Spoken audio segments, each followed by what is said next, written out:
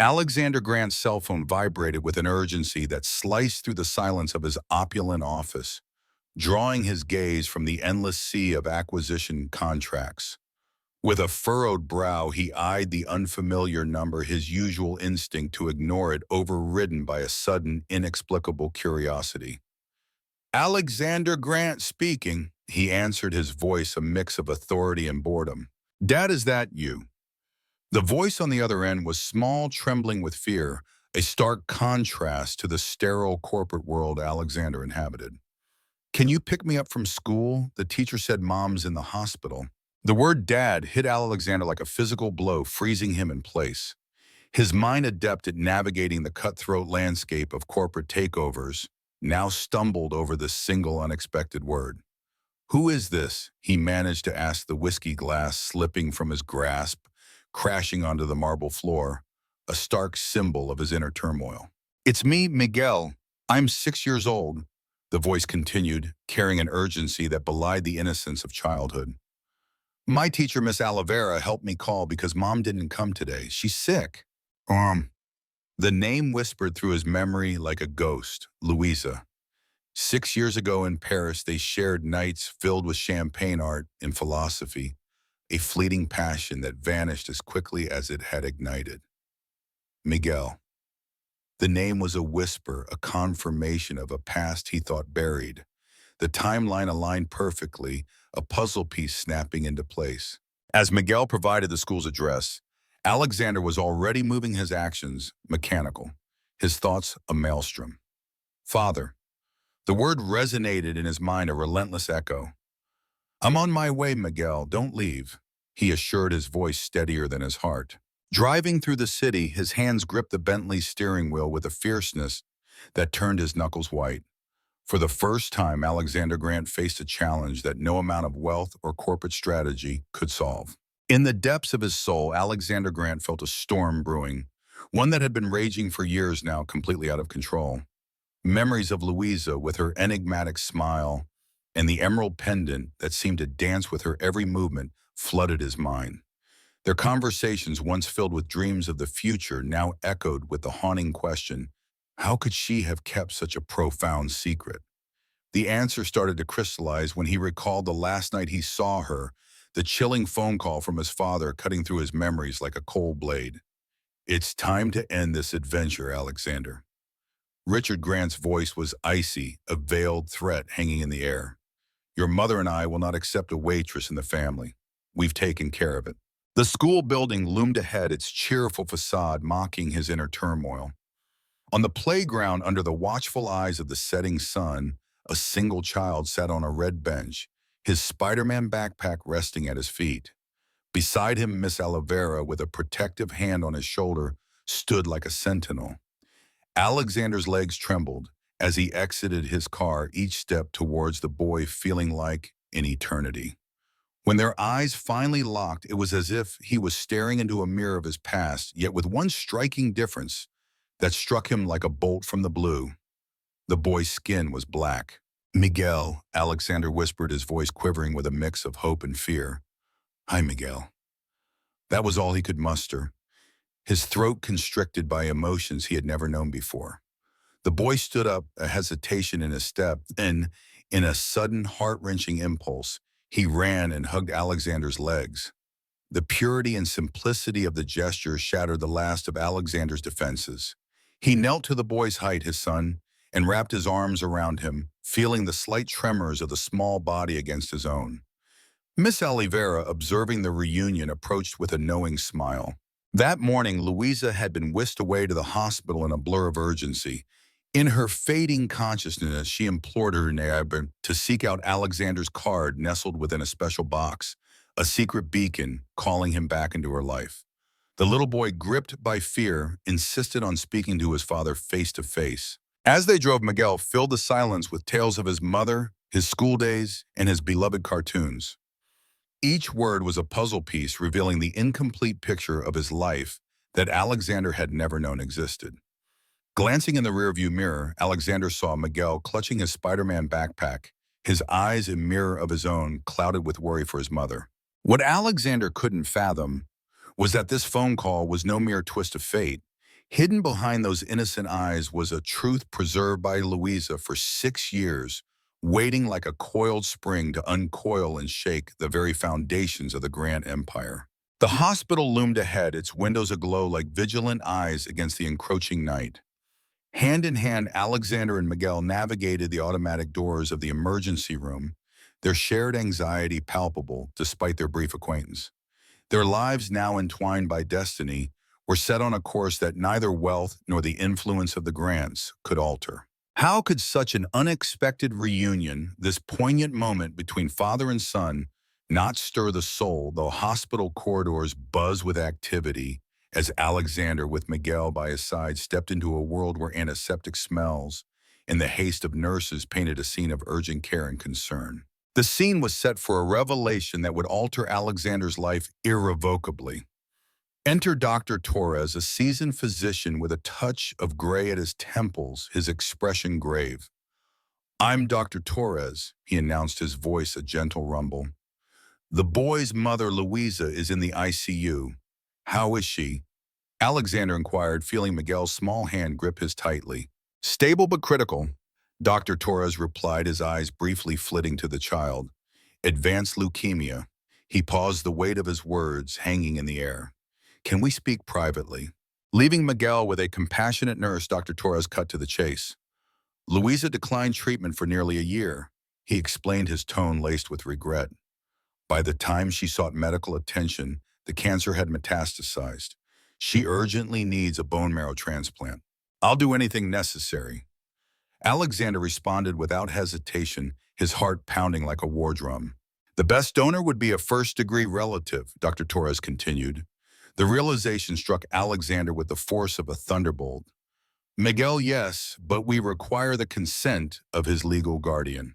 "I'm his father," Alexander asserted, his voice firm, yet trembling with emotion. Dr. Torres shook his head, his expression one of professional regret. "According to our records, there is no registered father. Legally, we need—" "I understand," Alexander interjected, already dialing his lawyer. Within 30 minutes, Juliana, dressed impeccably in a gray suit, arrived. Known for her prowess in navigating legal labyrinths, she was on the phone with the duty judge. "DNA test and emergency paternity recognition," she declared. "It's a matter of life and death. The compatible donor is my client's son." As Juliana worked her magic with the paperwork, Alexander was led to Louisa's room. There he saw her, a mere shadow of the vibrant woman he had met in Paris, surrounded by tubes and machines. "Why didn't you tell me?" he whispered, his voice breaking as he held her cold hand. A nurse then approached with an old, worn envelope. "She kept this in her bedside table," she said softly. Inside were unsent letters and photos of Miguel as a baby, Luisa's handwriting shaky on the last pages. "After your father offered me money to disappear, I understood that." The words trailed off, leaving Alexander in a whirlpool of emotions. Why had fate played such a cruel hand? How could love, once so bright, lead to such sorrow? Alexander's heart sank like a stone as the realization washed over him. His son would always be viewed as a blemish on the illustrious Grant lineage. When your mother declared with cold certainty that a child of mixed heritage could never be accepted as an heir, it dawned on him how deeply prejudice was ingrained within your family. The thought alone made his blood seethe with anger. His parents, the esteemed Richard and Victoria Grant, had orchestrated everything, shattering his chance to truly know his own son, and all driven by racial bias. The DNA test was nothing more than a formality. One glance at Miguel revealed the undeniable truth that no lab report could ever challenge. With the positive result in hand, the judge swiftly signed the emergency authorization for the transplant. That evening, Alexander brought Miguel to his opulent penthouse. The stark impersonal decor of the apartment now seemed utterly unsuitable for a child. "Is this where you live, Dad?" Miguel's voice, filled with wonder, broke the silence as he gazed at the breathtaking cityscape. The word "dad" still felt alien, yet profoundly fitting. "Yes, but we'll make it more colorful for you," Alexander promised, his voice softening. As he improvised a simple dinner, the phone rang, slicing through the newfound warmth. It was his father. "So it's true," Richard Grant's voice was devoid of any warmth or greeting. My detective at the hospital informed me. Are you recognizing that bastard? That bastard Alexander's voice was dangerously calm. Is your grandson, and yes, I am recognizing my son. You can't do this. Think of the company, the family. I am thinking it about my family. Alexander retorted, his resolve as firm as the steel in his tone. Actually, Alexander, be reasonable. What will our shareholders and partners think when they find out that the next in line is... Alexander cut him off, his voice low and slicing through the tension. Finish the sentence, Dad. Have the courage to say out loud what you really think. The silence that followed was deafening, heavy with unspoken prejudices. Finally, Richard spoke, his voice strained. There will be a board meeting tomorrow. We expect you to attend. Upon ending the call, Alexander stepped into the living room where he found Miguel, his son immersed in his art. What are you up to, champ? He asked, his voice softening with affection. I'm making a drawing for Mom, Miguel replied, his focus unwavering on the colorful scene unfolding on paper. For when she wakes up, he added with a hopeful whisper. Alexander's gaze fell upon the drawing, a trio of figures' hands intertwined, basking under a vibrant sun. Their smiles were bright, their connection palpable. His heart ached as he looked at the child's innocent hope. Dad, will Mom be okay? Miguel's voice trembled with a concern that pierced Alexander's soul. We're doing everything possible, he assured, his voice steady, yet filled with an undercurrent of emotion. And you're helping too. You're incredibly brave. As Miguel drifted into sleep, Alexander's resolve hardened. He made 3 pivotal calls to Juliana, directing her to compile all records of his parents' deeds, to Marcus Chun, his CFO, and the only true confidant within the company, and to Diana Williams, a formidable investigative journalist with the Financial Times. The next morning, the bone marrow donation proceeded without a hitch. Miguel faced the ordeal with a courage that belied his tender years. Meanwhile, Alexander's phone buzzed with a cryptic message from Marcus. Documents found in your father's private safe. You need to see this now. Hours later, in the quiet solitude of the hospital cafeteria, Alexander pored over a folder of documents that unraveled a chilling truth. His parents had meticulously dismantled every bridge Louisa had tried to build over the past 6 years. Each attempt she made was thwarted, intercepted, sabotaged. The realization hit Alexander like a gale force wind. What Richard and Victoria Grant had not anticipated was that the very son they had groomed to be ruthless in the boardroom would now wield those same skills against them. The cold, calculating nature they had admired would now be their undoing, exposing a family secret that could topple their empire. Who could have imagined that a 6-year-old boy with a heart as brave as Miguel's would be the catalyst for such a reckoning? With the dawn of a new era, black skin would no longer merely inherit the grand empire. It would ignite a revolution, shattering the chains of prejudice cloaked in the guise of tradition. As Miguel drifted into an exhausted slumber, having just saved his mother, Alexander meticulously plotted a retribution that would not only serve his son's justice, but also right the wrongs his family had inflicted over the years. The tension in the boardroom of Grant Enterprises was palpable, a thick fog of anticipation hanging over the mahogany table as the members awaited Alexander's arrival. Richard Grant, ever the epitome of sophistication in his Italian suit, glanced nervously at his watch. Beside him, Victoria maintained a facade of composure, her fingers drumming a restless beat against the polished wood. He's late, someone whispered, their voice barely above a breath. As if conjured by the murmur, the door swung open. Alexander stepped in, but not as expected alone. Flanking him were 3 individuals, Juliana, his sharp-witted lawyer, Marcus Chen, the company's chief financial officer, and to Richard and Victoria's dismay, Diana Williams, the country's most feared investigative journalist. Sorry for the delay, Alexander announced with an eerie calmness. I was at the hospital with my son. The mention of son cast a heavy silence over the room. Richard, clearing his throat, attempted to regain control. This is a private board meeting. Your guests should leave. Alexander's smile was chilling, a look he had never before turned upon his parents. Actually, Dad, I called this meeting, and they are integral to today's proceedings. With a nod from Alexander, Marcus activated the projector. The screen flickered to life, displaying a bank document. Recognize this, Dad. It's the payment you made to have Louisa followed in Paris. And then in London, Victoria paid. Richard's face remained a mask of neutrality, save for a slight twitch in his jaw. Private business, nothing to do with the company, really. Alexander, undeterred, moved to the next slide. And what about this? The image was damning, a silent testament to secrets long buried. In the charged atmosphere of the boardroom, Alexander pressed on with his revelations, his tone unwavering and his purpose clear. You systematically ensured I remained in the dark about my own son.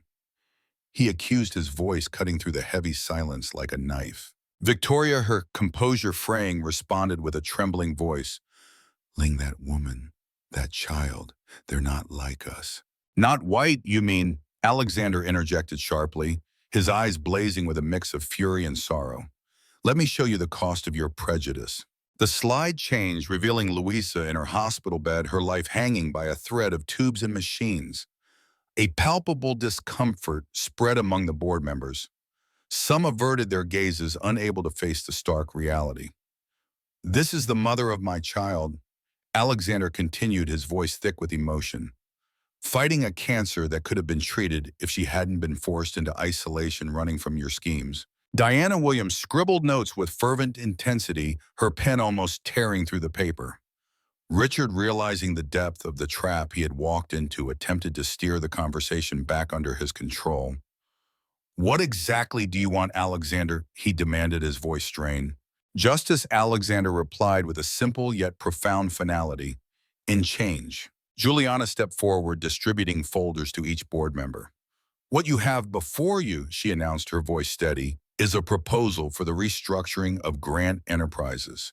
It includes new diversity programs, scholarships for talented young Black individuals, and a foundation dedicated to eradicating institutional racism, all funded by 30% of the company's annual profits. Richard's reaction was visceral.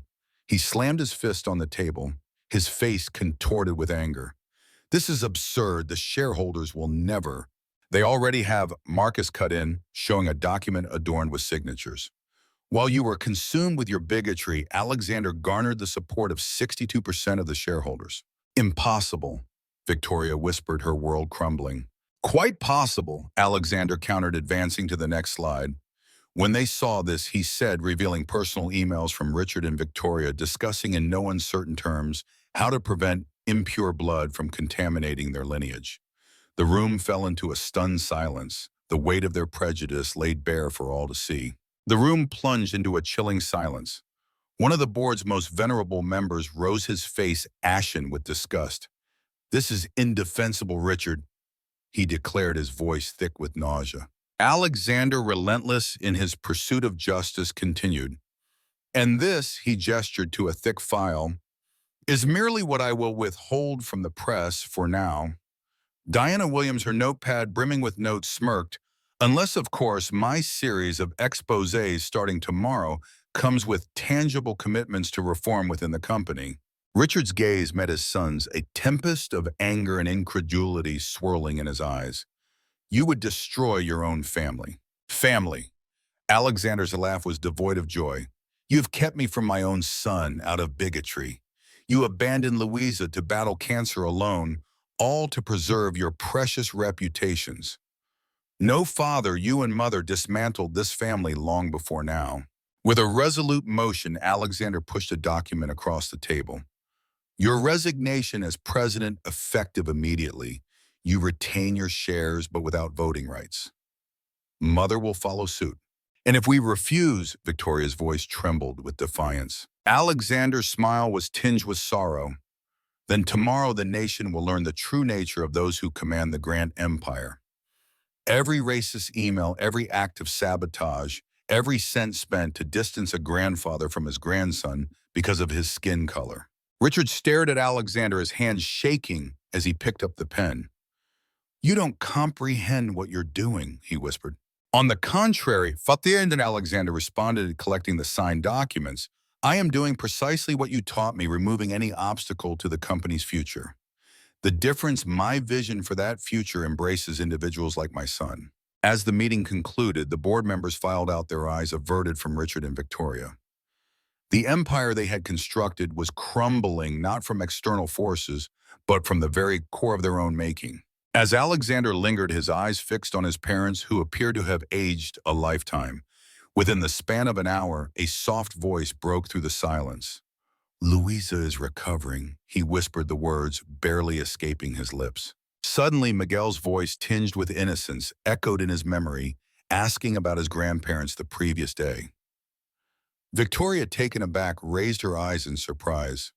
Despite everything, Alexander continued, his voice steady yet filled with an undercurrent of emotion. "He still doesn't know the truth about you." He paused, letting the weight of his words sink in. "That will depend entirely on your next actions." Stepping out of the room that had once epitomized his parents' unassailable dominance, Alexander felt an immense burden lift from his shoulders. The grand empire, though not ending, was poised for a metamorphosis.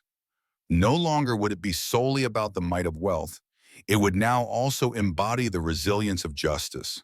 In the hallway, Diana Williams stood, her sharp gaze dissecting Alexander, attempting to peel back the layers of the formidable executive persona. "Why did you choose me for this story?" she inquired, her tone direct, piercing. "You could have used any reporter." Alexander halted, contemplating her pointed question. "Because some truths need to be voiced by someone unafraid to challenge power," he answered thoughtfully. "And because real change only occurs when darkness is dragged into the light of day." What no one could foresee at that pivotal moment was that the true struggle was just beginning. As the grand empire braced for its monumental transformation, unseen forces were already at work in the shadows, resolute in their intent to maintain the existing order. Could a father's love for his newly discovered son muster the strength to confront the very system he had helped to construct? This question hung in the air unanswered as the first golden rays of sunlight pierced through the hospital room windows. There, Louisa, though still frail, was visibly improving, her gaze resting on Miguel asleep in the armchair beside her. Quietly, Alexander entered, bearing coffee and a bouquet of daisies, her favorites, as Miguel had told him, symbolizing a new beginning amidst the turmoil. "How are you feeling today?" Alexander inquired softly, arranging the bouquet in a crystal vase. Louisa, her eyes bright with life, responded with a smile that seemed to light up the room. "Better every day," she said, her voice filled with a newfound strength. It had been 6 months since that life-altering phone call, a moment that not only saved her, but also ignited a transformation in Alexander's very essence. The press conference was set for that afternoon. "Are you sure you're ready for this?" Alexander asked, his concern palpable. Louisa's nod was firm, her resolve clear. "We've hidden too much for too long," she declared, her voice steady despite the emotional weight of the day. Outside, the air buzzed with anticipation as journalists from every major outlet gathered, their cameras poised. The news of Alexander Grant, heir to the vast Grant empire, appearing publicly with his 6-year-old son Miguel and the boy's mother Louisa, who had once been dismissed from the family due to racial prejudice, had ignited a media frenzy. Within the now eerily quiet walls of the Grant mansion, Richard watched the unfolding events on television. The past weeks had stripped away his social standing. Friends had turned away, clubs had rescinded memberships, and invitations had ceased. Yet his fortune remained untouched, though his cherished status had shattered like fine china. "Turn it off," Victoria pleaded, her voice a whisper of regret. But Richard, his gaze unwavering, replied, "We must confront our deeds." At the hospital, Miguel stirred from his slumber, his small voice breaking the silence. "Dad, is it time for the TV interview?" He asked, his innocence a stark contrast to the gravity of the day. In the hospital's lobby, now transformed into a makeshift press room, Diana Williams stood ready to mediate. Her investigative reports on corporate racism at Grant Enterprises had earned her a Pulitzer nomination, and today she was here to bear witness to a pivotal moment in the company's history. As the family entered, hand in hand, the room erupted in flashes of light. Alexander's voice, calm yet resonant, filled the space. "We are here today not merely to share our story, but to herald a new beginning," he began. He detailed the initiatives of the Miguel Grant Foundation, which was already providing scholarships to promising young Black scholars. He spoke of the sweeping changes in the company's diversity policies, a testament to their commitment to righting past wrongs. The air was charged with the promise of change, with every word, every gesture marking the dawn of a hopeful, inclusive future. The story of Louisa and Miguel was not just a tale of personal triumph, but a beacon inspiring corporations far and wide. More importantly, as he continued looking deeply into Louisa and Miguel's eyes, we are building our own family not on the shaky foundations of outdated customs or veiled biases, but on the firm bedrock of love and respect. Louisa stepped forward, her voice a whisper, yet resolute as she took the microphone. "For too long, fear and the misuse of power have muted me," she declared. "Today, I proclaim that no child should ever be denied the right to know their parents merely because of the hue of their skin."